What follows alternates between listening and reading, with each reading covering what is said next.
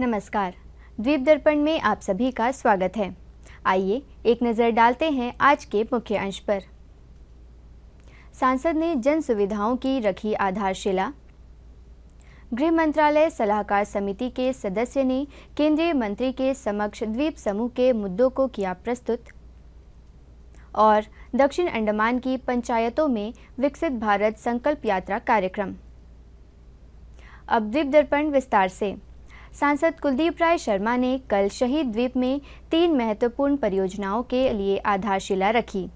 इन परियोजनाओं में बैठने की सुविधाओं के साथ शहीद द्वीप में लक्ष्मणपुर में नेचुरल ब्रिज पर APWD के पार्किंग स्थल में बैठने की सुविधाओं के साथ प्रतीक्षा शेड का निर्माण, नील केंद्र वार्ड संख्या 2 में मौजूदा रिंग वेल के समीप 2 ओपन बाथरूम का निर्माण और क्षेत्र के रामनगर में शमशान घाट में होलो ब्लॉक कवर करते हुए ओपन शेड का निर्माण शामिल है। यह निर्माण कार्य सांसद द्वारा क्षेत्र के लोगों की मांग को देखते हुए MP लैड्स कोष से पूरा किया जाएगा।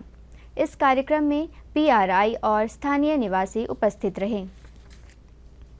गृह मंत्रालय सलाहकार समिति के सदस्य विशाल जॉली ने कल नई दिल्ली में माननीय केंद्रीय पर्यावरण, वन और जलवायु परिवर्तन मंत्री भूपेंद्र यादव से मुलाकात की। इस दौरान श्री जॉली ने मंत्री के समक्ष अंडमान निकोबार द्वीप समूह से संबद्ध 2 अहम मुद्दों को प्रस्तुत किया। उन्होंने अंडमान निकोबार द्वीप समूह में state environment impact assessment authority और स्टेट एक्सपर्ट अप्राइजल कमेटी के पुनर्गठन के लिए पहले के नोटिफिकेशन के संबंध में मुद्दों को उठाया।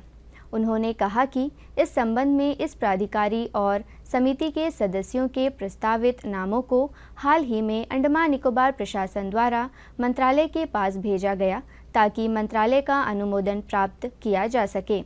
उन्होंने माननीय मंत्री को जानकारी दी कि इन समितियों को पुनर्गठन होने तक क्वारी आवंटन को अंतिम रूप नहीं दिया जा सका। उन्होंने बताया कि क्वारी उत्पादों की अनुपलब्धता के कारण संपूर्ण ढांचागत विकासीय गतिविधियां रुकी पड़ी है। श्री जॉली ने माननीय केंद्रीय मंत्री से अनुरोध किया है कि इस प्रक्रिया को आगे बढ़ाया जाए और उचित निर्देश संबंधित अधिकारियों को जारी कर इसे अधिसूचित किया जाए। श्री विशाल जॉली ने केंद्रीय मंत्री के समक्ष इन द्वीपों में ट्रॉक्स निलोटिक्स के संग्रहण और कमी के मुद्दों को भी उठाया। गौरतलब है कि यह ट्रॉक्स निलोटिक्स अंडमान निकोबार द्वीप समूह में प्रतिबंधित है। माननीय केंद्रीय मंत्री ने इन मुद्दों पर सकारात्मक तरीके से गौर करने का आश्वासन दिया। विकसित भारत संकल्प यात्रा तीसरे दिन आज दक्षिण अंडमान जिले की हम्फ्रीगंज ग्राम पंचायत पहुंची। पेश है एक रिपोर्ट। दक्षिण अंडमान की हम्फ्रीगंज ग्राम पंचायत में आज विकसित भारत संकल्प यात्रा पहुंची। पंचायत सभागार में संकल्प यात्रा वाहन के पहुंचने पर वहां की महिलाओं ने उसकी पूजा की। इसके बाद आयोजित कार्यक्रम में दक्षिण अंडमान जिला परिषद की पूर्व अध्यक्षा प्रमिला कुमारी और क्षेत्र के प्रधान पलनी कुमार और अन्य लोगों ने दीप प्रज्वलित कर कार्यक्रम का शुभारंभ किया। कार्यक्रम में मौजूद सभी लोगों ने आने वाले वर्षों में भारत को आत्मनिर्भर और विकसित बनाने की प्रतिज्ञा ली। 2040 तक आत्मनिर्भर और विकसित राष्ट्र बनाने के सपने को साकार करेंगे। इस दौरान सरकार की विभिन्न योजनाओं पर वीडियो भी लोगों को दिखाया गया।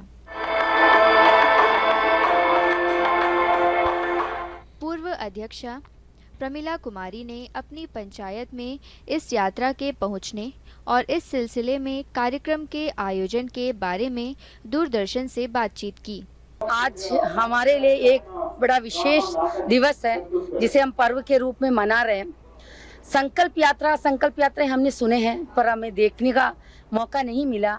आज हमें ये देखने का मौका मिला कि संकल्प यात्रा क्या है।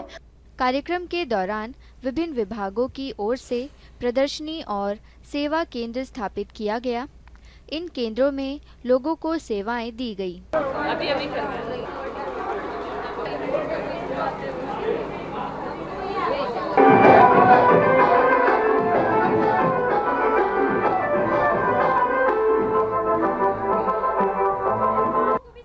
कलाकारों ने नुक्कड़ नाटक प्रस्तुत कर स्थानीय ग्रामीणों को जागरूक करने का प्रयास किया। डरो मत, मैं वही हूँ जिसके बारे में तुम लोग बात कर रही हो। मैं तुम लोगों से कुछ कहने आई हूँ। कार्यक्रम के लाभार्थियों ने अपने विचार भी व्यक्त किए। इसी प्रकार वंडूर में महात्मा गांधी समुद्री राष्ट्रीय उद्यान में भी विकसित भारत संकल्प यात्रा कार्यक्रम का आयोजन हुआ। मुझे ये मौका दिया गया है कि आज ये जो भारत सरकार की तरफ से विकसित भारत संकल्प यात्रा जो ये शुरू किया गया है, इसकी तरफ से इस प्रोग्राम की तरफ से हमारे सारे ग्राम पंचायतों में हम लोग प्रोग्राम ऑर्गेनाइज कर रहे हैं। इस मौके पर उपस्थित लोगों को सरकारी योजनाओं की वीडियो दिखाई गई। सबके लिए निष्पक्ष मिले पीएम आवास, याद है ना, भोजन की संतुष्टि हर चेहरे। इस कार्यक्रम के लाभार्थियों ने अपने विचार प्रस्तुत किए। वंडूर पंचायत के प्रधान अधीर दास ने अपने पंचायत में केंद्र सरकार के इस कार्यक्रम के आयोजन पर खुशी जाहिर की। आज जो प्रदान करते हैं हम लास्ट में 2014 का बाद से जो काम देखा हम, क्योंकि जो डिपार्टमेंट जो ये सबसे काम कर रहा है, सरकार की तरफ जो काम हो रहा है बहुत बढ़िया से काम हो रहा है। तो अंडर पंचायत का जो भी बेनिफिशियरी हर डिपार्टमेंट का जो आया अभी, जैसे कि आपका फिशरी डिपार्टमेंट का रहा हो, एग्रीकल्चर से हो, वेटनरी से हो, जो भी आए सारा डिपार्टमेंट, इसलिए हर तरह इन लोगों को बेनिफिट देने की कोशिश कर रहा है, मिलता भी है। एनसीसी नेवल यूनिट द्वारा कल पोर्ट ब्लेयर में विशेष राष्ट्रीय एकता शिविर आयोजित किया गया। इस एकता शिविर में group commander NCC group headquarters Chennai के camp commandant colonel A Majumdar ने कैडेटों को संबोधित किया। उन्होंने कैडेटों से सशक्त और एकीकृत राष्ट्र के निर्माण में इस तरह के पहलों में महत्व पर जोर दिया। विभिन्न राज्यों से आए कैडेटों को संबोधित करते हुए उन्होंने मांग की कि वे गतिविधियों में सक्रिय रूप से भाग लें, जिससे विविध संस्कृतियों और परंपराओं के लिए समझ बढ़े और आदर का भाव उत्पन्न हो। सब लेफ्टिनेंट डॉक्टर कुसुम कुमारी ने भी कैडेटों को संबोधित किया। इस शिविर के माध्यम से देश भर से युवाओं को एक मंच पर लाना था। इस शिविर में 17 एनसीसी निदेशालयों से 85 कैडेट और अंडमान निकोबार द्वीप समूह के 90 से अधिक कैडेटों ने हिस्सा लिया। इस दौरान विचारों और संस्कृतियों का आदान प्रदान हुआ और कैडेटों ने द्वीप समूह के कई ऐतिहासिक महत्व वाले स्थलों का भी दौरा किया।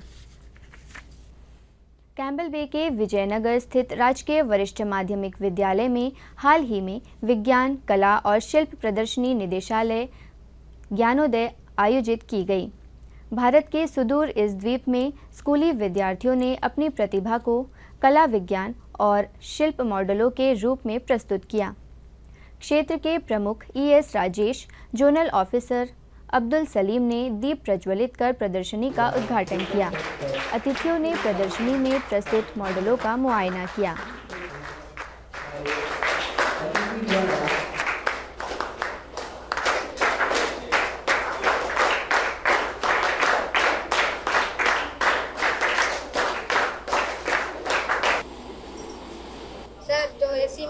हानिकारक गैस होता है वो हमारे ओजोन लेयर को भी नुकसान पहुंचाता है, हमें भी नुकसान पहुंचाता है। उससे बचने के लिए हम ये छोटा एयर कूलर बनाए हैं सर इलेक्ट्रिक है सर, इसको कहीं भी लेके जा सकते हैं सर, बैटरी से चलता है। हाइड्रोलिक प्रेशर जो बारी बारी से होता है उससे अनलोड करने के इस्तेमाल करते हैं। सी वाटर के यूज करके हम लोगों ने हाइड्रोलिक प्रेशर का रेट ज़्यादा होता है, इसलिए अगर वहाँ से हमारे यहाँ तक का फ्यूल दिखेंगे तो इसमें हम लोग पैसा भी कम खर्च जाएगा और कम दाम में सारे सामान से क्योंकि वहाँ से कोल्डर से आने से रेट ज़्यादा होता है। अगर वही जगह हमारे यहाँ पर आके रेट से मिलेगा और हम कार्गो को लोड अनलोड कर सकते हैं और उसकी वजह से हम लोग पैसा भी कम ठीक है ना। सरकारी जो मंजूरी दी है ये हो गया बहुत जल्दी होना अच्छा है ना, सबको जॉब मिलेगा। विज्ञान विषय के शिक्षक ने दूरदर्शन से बातचीत करते हुए संसाधनों और कोष की कमी के बावजूद इन मॉडलों को तैयार करने की बच्चों की ललक की सराहना की। ये हमारे बच्चों ने बहुत ही कम समय में तैयारी की है। जैसा कि स्कूल लेवल का था, हमारा जोनल लेवल का ऑलरेडी डिसाइडेड था कि वो 30th ऑफ दिस मंथ होगा। और सर हमारे बच्चों ने ट्रांसशिपमेंट हब, जो कि बहुत ही बर्निंग पॉइंट है, तो हमारे बच्चे भी चाहते हैं कि इस एरिया में जो कि पिछड़ा हुआ है, तो यहाँ पर एक ट्रांसशिपमेंट हब बनने का है। तो हमारे बच्चों का ऐसा कहना है कि यहाँ पर बन जाएगा तो उन्हें भी सारी चीज़ें जो कि कैपिटल में मिल रही है मेन पोर्ट ब्लेयर में, तो उन्हें भी अवेलेबल होगी, कम दाम में मिलेगी और इनका भी डेवलपमेंट फर्दर बहुत अच्छा होगा। इस अवसर पर मुख्य अतिथि कैम्पबेल बे के प्रमुख ES राजेश ने बच्चों से बातचीत की। एकदम एक्सट्रीम एंड पे रहते हैं और यहाँ पर हम सभी जानते हैं, ये कोई छुपाने वाली बात नहीं है, यहाँ पे क्वालिटी ऑफ एजुकेशन क्या है ये भी हम जानते हैं और यहाँ के एजुकेशन के लिए रिसोर्सेज क्या है ये भी हम बहुत अच्छी तरीके से जानते हैं। लेकिन इस लिमिटेड रिसोर्स होने के बावजूद भी और लिमिटेड हमारे पास टीचर की स्ट्रेंथ होने के बावजूद भी यहाँ के बच्चे इतने अच्छे एक एग्जीबिशन और अपने जो प्रोजेक्ट और जो थीमेटिकली जो उनका ऑब्जेक्टिव्स होता है उसको देखने के लिए इतना सुंदर लगता है, इसमें कोई मतलब इसका कोई वर्ड्स नहीं है मेरे पास उनको कैसे मैं अप्रिशिएट करूं। इसी प्रकार गवर्नमेंट सेकेंडरी स्कूल गांधीनगर में भी विज्ञान, कला और शिल्प प्रदर्शनी आयोजित कर बच्चों की प्रतिभा को उजागर किया गया। स्कूल के विद्यार्थियों ने चंद्रयान 3, चार्जेबल फैन और कई नए मॉडलों को भी तैयार कर प्रदर्शनी में रखा। प्रभारी अजय सेठ और विज्ञान शिक्षक ने संसाधनों की कमी के बावजूद उनके विद्यार्थियों द्वारा तैयार मॉडलों की सराहना की। प्राथमिक स्वास्थ्य केंद्र गांधीनगर के चिकित्सा अधिकारी डॉक्टर माइकल, कैम्पबेल बे के प्रमुख ES राजेश ने भी विद्यार्थियों को सराहा। हमने जो एक लाइट हाउस का मॉडल बनाया है जिसमें लाइट भी जलता है, पहले ये अभी ये इंदिरा पॉइंट में मौजूद है। 1985 में इसका नाम इंदिरा पॉइंट हो गया है। Thank you. 85 में हुआ है? Yes sir, 1985। अच्छा, उससे पहले पिलमिनियन पॉइंट था। Yes sir. ये कैसा फंक्शन करता है ये लाइट ऊपर कैसे लगा दिया? सर वायर का मदद से। ठीक है, ये क्या काम आता है light house? Akashvani port Blair में कैजुअल ब्रॉडकास्ट असिस्टेंट के लिए साक्षात्कार व चयन प्रक्रिया शनिवार 25 नवंबर को आयोजित होगी। साक्षात्कार 2 बैचों में सवेरे 10 बजे से दोपहर 12 बजे तक और दोपहर बाद 2 बजे से शाम 4 बजे तक लिया जाएगा। कैम्पबेल बे के राजकीय वरिष्ठ माध्यमिक विद्यालय में इंटर हाउस फुटबॉल प्रतियोगिता आयोजित की गई। कैम्पबेल बे के मिनी स्टेडियम में हुई इस प्रतियोगिता में स्कूल के उप प्रधानाचार्य अब्दुल सलीम और दूरदर्शन केंद्र पोर्ट ब्लेयर के कार्यक्रम निष्पादक PS सैगल मुख्य अतिथि थे। इस प्रतियोगिता में विद्यार्थियों ने बढ़ चढ़कर हिस्सा लिया। प्रतियोगिता का फाइनल मैच डगमर हाउस और जुबली हाउस के बीच खेला गया। बड़ी तादाद में विद्यार्थियों ने इस फाइनल मैच को देखा। सेंटर होता हुआ माइनस में गेंद खिलाते हुए अपने राइट डिफेंड के लिए यहाँ पे जुबली हाउस की कोशिश रहेगी कि शुरुआत में जरा सा धीमा शुरू करें, उसके बाद विपक्षी टीम के मंसूबों को समझने की कोशिश करेंगे। जज्बा होती है ना वो तालियां जरूर बजाने लगते हैं यहाँ पे, क्योंकि फुटबॉल खेलना और देखना आसान रहता है। फुटबॉल देखना और फुटबॉल में कमेंट्स करना आसान रहता है, पर फुटबॉल खेलना के जॉन की जो सेना है डेनमार्क, वो टीम पूरी तरीके से अभी होना चाह रहा है। सेंटर लाइन में आकर खड़े रहते हैं, डिफेंड के साथ टीम में तब्दीली चल रहा है। टीम में तब्दीली, आप स्पोर्ट्स में भाग लेते हैं, कल्चरल एक्टिविटीज में भाग लेते हैं, तो यहाँ से आपके मानसिक विकास की शुरुआत होती है और खेल इसमें सबसे अहम भूमिका निभाता है। आदित्य जॉन माइनस में गेंद खिलाते हुए उनके राइट फ्लैंक में गेंद लेकर निकलते हुए